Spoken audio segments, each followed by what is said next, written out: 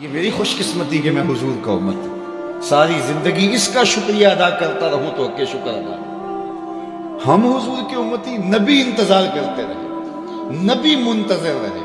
حضرت خلیل اللہ کی بارگاہ میں پکار رہے ہیں، ربنا وابعث فیہم رسولا، مالک رسول بھیج دے۔ کوئی کہتا ہے لیسا بفظ ولا بغلظ، وہ ترشرو نہیں ہوگا، سخت مزاج نہیں ہوگا، ماتھے پہ شکنیں لانے والا نہیں ہوگا، وہ پیار بانٹنے والا ہوگا۔ بس وہ آیا جا رہا۔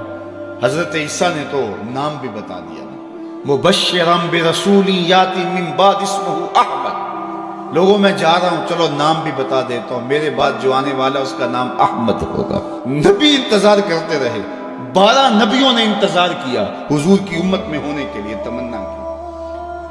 نستورہ راہب انتظار کرتا رہا، بحیرہ راہب انتظار کرتا رہا۔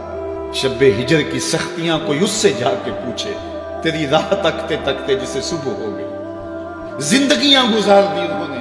سلمان فارسی کی کہانی سن لو، مجوسی کے بیٹے تھے، حق کی طلب میں نکلے، باپ نے گھر سے نکال دیا۔ ایک پادری کے پاس جا کے رکے، زندگی بھر اس کی نوکری کی۔ جب اس کا آخری وقت آیا، اس نے کہا میری تدفین کے بعد غموریا چلے جانا، وہاں کا پادری خدا رسیدہ ہے، تجھے اس سے کچھ مل جائے گا۔ کہتے میں وہاں سے غموریا آ گیا، پھر اس پادری کی ساری زندگی خدمت کی۔ جب وہ مرنے لگا تو اس نے کہا کوئی ایسا شخص نہیں ہے جس کے پاس اب میں تجھے بھیجوں، لیکن نبی آخر الزمان کے ظہور کے لمحے آ گئے، تو یہاں سے یثرب چلا جا، وہ اس نبی کی ہجرت گاہ ہوگی، تیری زندگی سنور جائے گی، تو نے بڑی محنت کی ہے، بڑی نوکری کی ہے میری۔ کہتے میں نے اس کو کہا کہیں ایسا نہ ہو میں دھوکہ کھا جو مجھے کوئی نشانی بتا۔ اس نے کہا 3 نشانیاں، ایک صدقہ نہیں لے گا، دوسرا ہدیہ رد نہیں کرے گا، تیسرا 2 کندھوں کے درمیان مہر نبوت ہو۔ کہتے ہیں میں نے اس کی تدفین کی، یثرب کی جانب جاتے ہوئے ایک قافلے میں شامل ہو گیا۔ انہوں نے مجھے پکڑ کے اپنا غلام بنا لیا، لیکن میرے پہ مہربانی یہ کی کہ مجھے بیچا جا کے مدینے میں۔ ایک یہودی نے مجھے خرید لیا، میں اس کے باغ میں گوڈی کرتا تھا، کام کرتا تھا، کھجوریں توڑتا تھا، لیکن میں انتظار میں تھا کہ کبھی وہ نبی آخر زمان آئے تو مجھے دید ہو، کبھی عرش پر، کبھی فرش پر، کبھی ان کے در، کبھی در بدر۔ غم عاشقی تیرا شکریہ، میں کہاں کہاں سے گزر گیا۔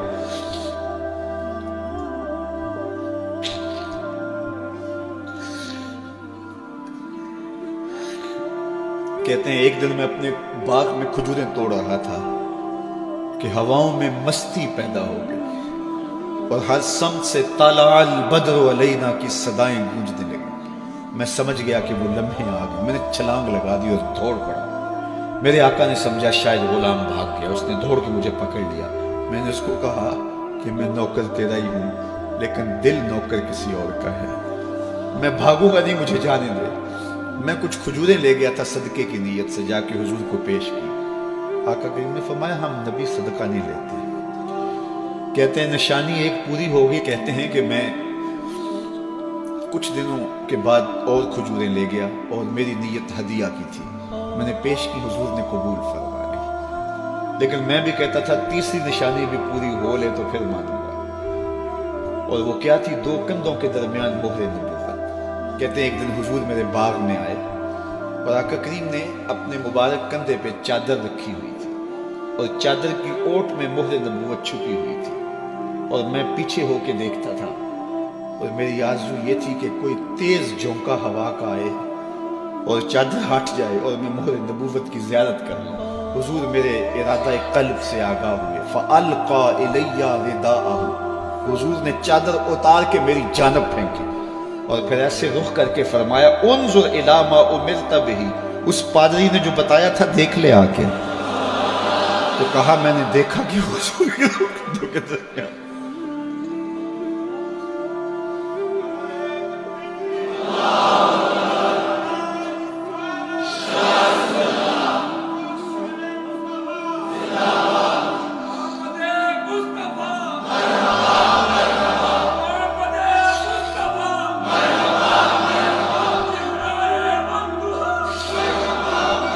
شب ہجر کی سختیاں کوئی اس سے جا کے پوچھے، تیری راہ تکتے تکتے جسے صبح ہو گئی۔ ہم نے تو کوئی انتظار نہیں کیا نا، ہم نے تو کوئی دکھ نہیں سہا، ہم سوئے تھے مقدر جاگ اٹھے. ہمارے والد مسجد سے مولوی صاحب کو بلا لائے. انہوں نے کان میں آ کے کہا مبارک ہو تو حضور کا نوکر بن کے آ رہا. میرے والد گرامی ایک شعر جھوم کے پڑھا کرتے تھے, محمد جانے جانا ہے پیغمبر ہو تو ایسا ہو, رسولوں کی بشارت سے مبشر ہو تو ایسا ہو, امر توقیر کا سب کو موکر ہو تو ایسا ہو, کیا ہم کو غلام ان کا مقدر ہو تو ایسا. میں اپنے مقدر پہ قربان نہ جاؤں, آپ اپنے مقدر پہ نثار نہ جائیں. ہمیں وہ نبی ملا جو نبیوں کا نبی. بنو سعد کے مقدر بھی جاگ اٹھے. اللہ اکبر, کیا وہ خوش نصیب وادیاں تھیں, کیا وہ خوش بخت پہاڑ تھے بنو سعد کے, جہاں حضور نے زندگی کے ابتدائی سال گزارے. اللہ اکبر. حضرت حلیمہ سعدیہ کہتی ہیں جب میں حضور کو گھر لے گئی تو میرے گھر میں روشنیاں آ گئیں. باقاعدہ عورتوں نے کہا حلیمہ تو اتنی امیر ہو گئی ہے رات کو بھی دیا نہیں بجھاتی. بڑے امیر کبیر گھرانوں میں بھی رات کو لوگ دیا بجھا دیا کرتے ہیں, لیکن تو اتنی ہی امیر ہو گئی ہے کہ رات کو بھی تیرے گھر کا دیا نہیں بجھتا. تو حلیمہ سعدیہ نے کہا آؤ میں تمہیں بتاؤں میرے گھر میں دیا کون سا روشن. باقاعدہ ہم جولیوں کو بلایا, پالنے میں حضور تھے, اشارہ کر کے کہا ما کننا نحتاج الی السراج من یوم اخذناہ. جب سے یہ پیارا گھر آیا ہے میں نے سارے دیے توڑ دیے. دیے کی ضرورت نہ مشعل کی حاجت, عجب روشنی تو نے پائی ہے, بڑی تو نے توقیر پائی حلیمہ, بنی تو محمد کی دائی ہے. کہا ما کننا نحتاج الی السراج من یوم اخذناہ. جب سے یہ پیارا گھر میں آیا ہے میں نے سارے دیے توڑ دیے. جہاں روشنی چاہیے ہوتی ہے حضور کو اٹھا کے اس کمرے میں لے جاتے ہیں, وہاں انوار پھیل جاتے ہیں, روشنیاں پھیل جاتی ہیں. کیسے اجالے پھیلے, کیسی روشنیاں پھیلیں. حلیمہ دا چھپر کھجوری دے تھلے, حوراں وچھالے نوری مسلے, فرش تو عرش تک پہ گئی دہائی, حلیمہ نے لٹ لئی خدا دی خدائی.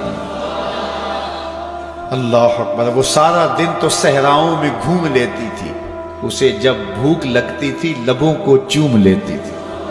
بخت جاگے حلیمہ سعدیہ کے, حضور ان کے گھر آئے. اللہ اکبر. جدھر سے گزرتے گئے نور پھیلتا گیا, انوار پھیلتے گئے. حضرت سیدہ طیبہ طاہرہ حضرت عائشہ سلام اللہ علیہا فرماتی ہیں کہ میں کچھ سی رہی تھی کہ میرے ہاتھ سے سوئی گر گئی. اب حضور کے گھر میں دیے میں جلانے کے لیے تیل بھی نہیں تھا. میں پریشان تھی, سوئی گر گئی. اتنے میں حضور تشریف لائے. حضور مسکرائے, کہتی ہے میں نے گمی ہوئی سوئی تلاش کر لی. اللہ اکبر. تو یہ روشنی تھی, یہ انوار تھے. اللہ اکبر. اذا ضحک یتلالع فی الجدر. جب حضور مسکراتے تھے سامنے والی دیواروں پہ عکس پڑتا تھا. اللہ اکبر. جب مسکراتے تھے نور پھیل جاتا تھا. اذا تکلم رویا کالنور یخرج من بین ثنایا. حضور کے سامنے والے دانتوں میں ہلکا سا فاصلہ تھا, اور جب آقا کریم گفتگو کرتے تھے وہاں سے نور کی کرنیں چھن چھن کے نکلتی تھیں, انوار پھیل جاتے تھے. ایسا نوری ماحول, ایسا نورانی چہرہ. حضرت ابو ہریرہ بولے کل قمر لیلۃ البدر لم ارى قبلہ ولا بعدہ مثلہ. کیا پوچھتے ہو, 14ویں رات کا چمکتا ہوا چاند تھے میرے حضور.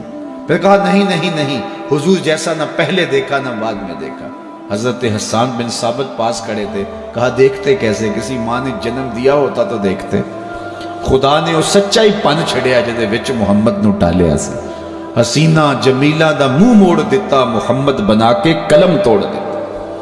مثل او در عالم امکان متصور نیست. حضرت شیخ مجدد کہتے ہیں حضور کی مثل بزم عالم میں ممکن ہی نہیں ہے, ہو ہی نہیں سکتا. اور اقبال کا لہجہ بھی دیکھیے, رخ مصطفیٰ ہے وہ آئینہ کہ اب اس سا دوسرا آئینہ, نہ کسی کی بزم خیال میں نہ دکان آئینہ ساز میں. تو وہ پیکر تراشا, وہ پیکر تراشا, مکھ چند بدرشا شانی ہے, متھے چمک دی لاٹ نورانی ہے, کالی زلف تیک مستانی, مخمور رکھی ہن مد بھری. کیسا جمال دیا, کیسا حسن دیا. اچھا بریلی کے امام سے بھی پوچھ لیجئے. اللہ اکبر. بل بل نے گل ان کو کہا, کمری نے سروے جاں فضا. بلبل کی منتہائے پرواز تو یہی ہے نا، کسی کو پھول کہتے۔ بلبل نے گل ان کو کہا، قمری نے سروے جاں فضا، حیرت نے جھنجھلا کر کہا یہ بھی نہیں وہ بھی نہیں۔ خورشید تھا کس زور پر، کیا بھر کے چمکا تھا قمر، بے پردہ جب وہ رخ ہوا یہ بھی نہیں وہ بھی نہیں۔ وہ حسن دیا وہ جمال دیا اللہ نے اپنے